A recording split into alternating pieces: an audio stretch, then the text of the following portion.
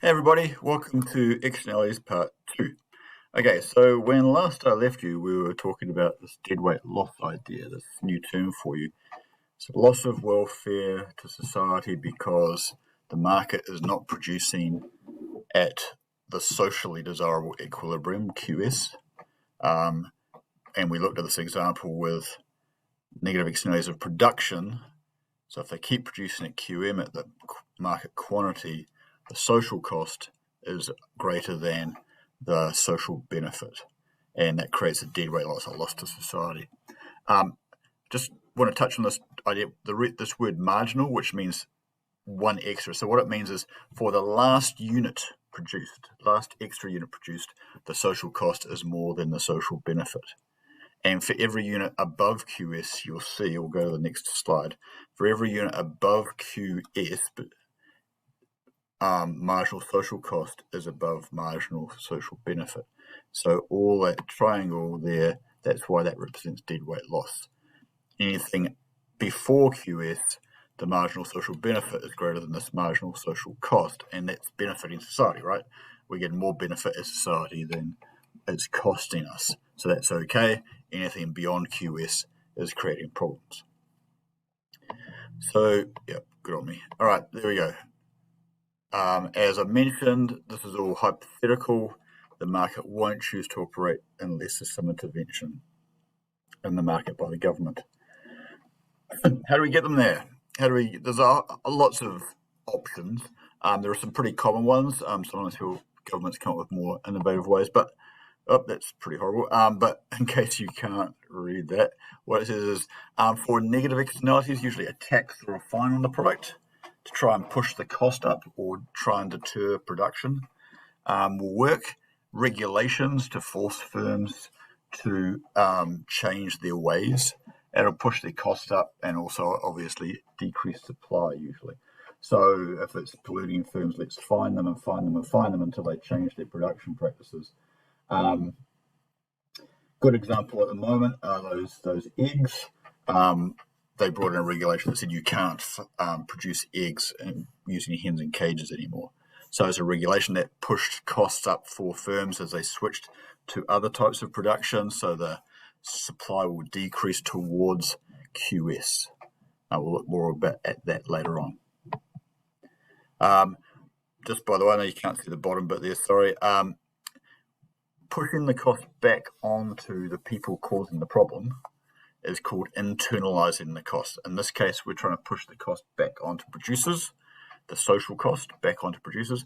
If consumers are causing the problem, then you try and push the cost back onto the people consuming it. So if you go to say somewhere like Singapore, if you litter, which is obviously an externality of consumption because you're causing problems for everybody else, you get fined $500. It might even be more than that now.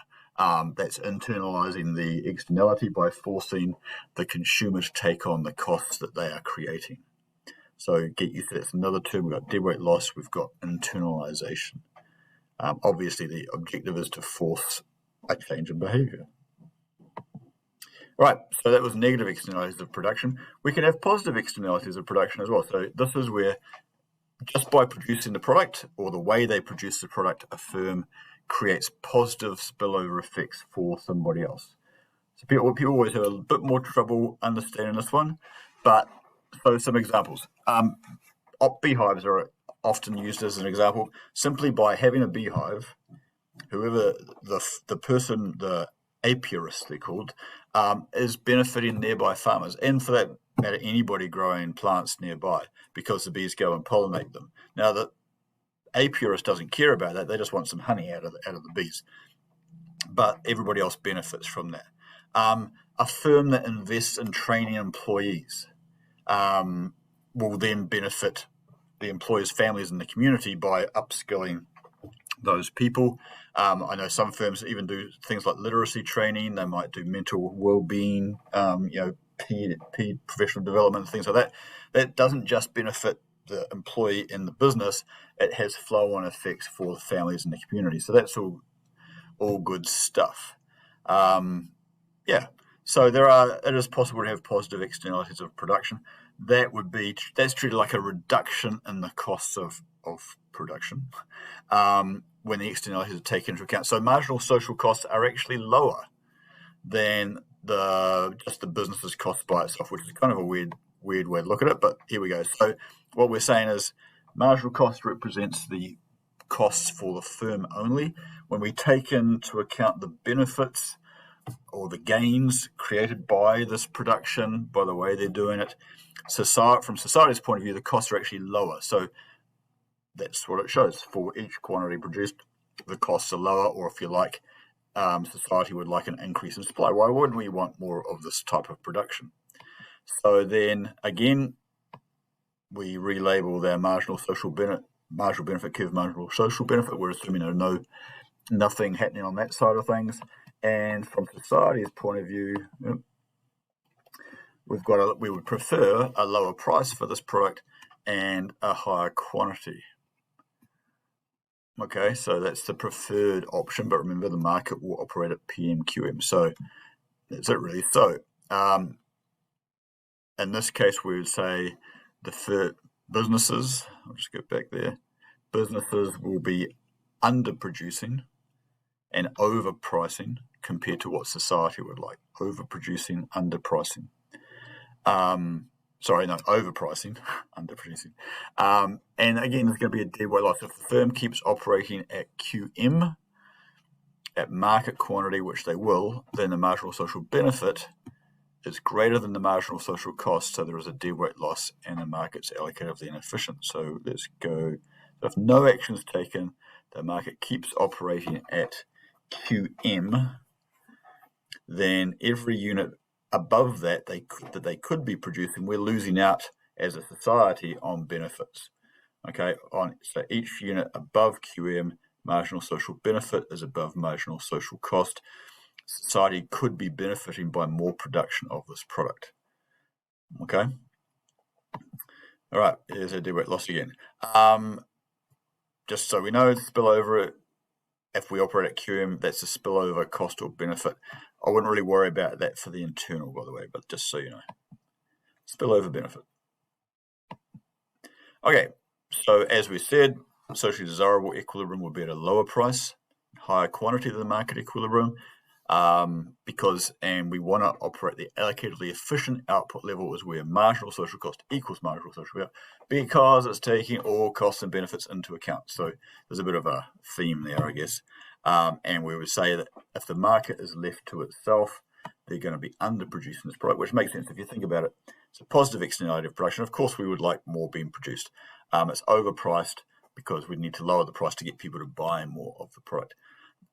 Just on that, what's the next slide?